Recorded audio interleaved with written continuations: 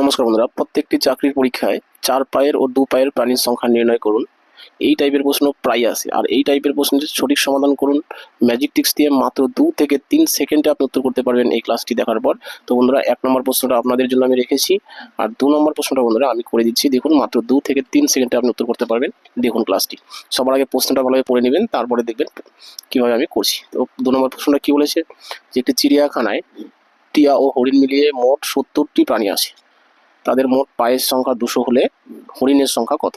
হ্যাঁ বন্ধুরা, মাত্র 2 থেকে 3 সেকেন্ডে আমি উত্তর করছি। দেখুন ট্রিক্স, আমরা কি করব, যতটি প্রাণী আসে তাকে আমরা ডাইরেক্ট ডাবল করে দিব।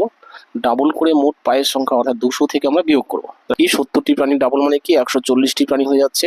ঠিক আছে, এবার এই 140 কি করব, ডাইরেক্ট আমরা এই 200 থেকে বিয়োগ করে দিব। ঠিক আছে, এই 200 থেকে বিয়োগ করে দিব।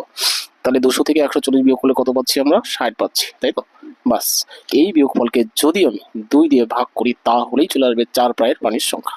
তাহলে 60কে 2 দিয়ে ভাগ করলে কত? 30, অর্থাৎ 4 পায়ের প্রাণীর সংখ্যা কত? 30। আর প্রশ্ন করেছে কি হরিণের সংখ্যা কত, তাহলে হরিণ 4 পায়ের প্রাণী, অর্থাৎ এই 30ই হচ্ছে বন্ধুরা উত্তর। ঠিক আছে, অপশন নাম্বার ডি হচ্ছে বন্ধুরা উত্তর। তো এই হলো বন্ধুরা 2 নম্বর অঙ্ক। একই টিক্সে আপনি 1 নম্বর অঙ্কটা করতে পারবেন।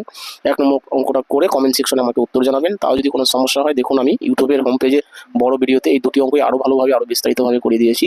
তো সেখানে দেখে আপনি শিখতে পারেন। তো ক্লাসটি দেখার জন্য ধন্যবাদ। যদি ক্লাসটি ভালো লেগে থাকে অবশ্যই লাইক, কমেন্ট, শেয়ার করবেন। নতুন বন্ধুরা চ্যানেলটি সাবস্ক্রাইব করবেন। রাখছি তাহলে, থ্যাংক ইউ।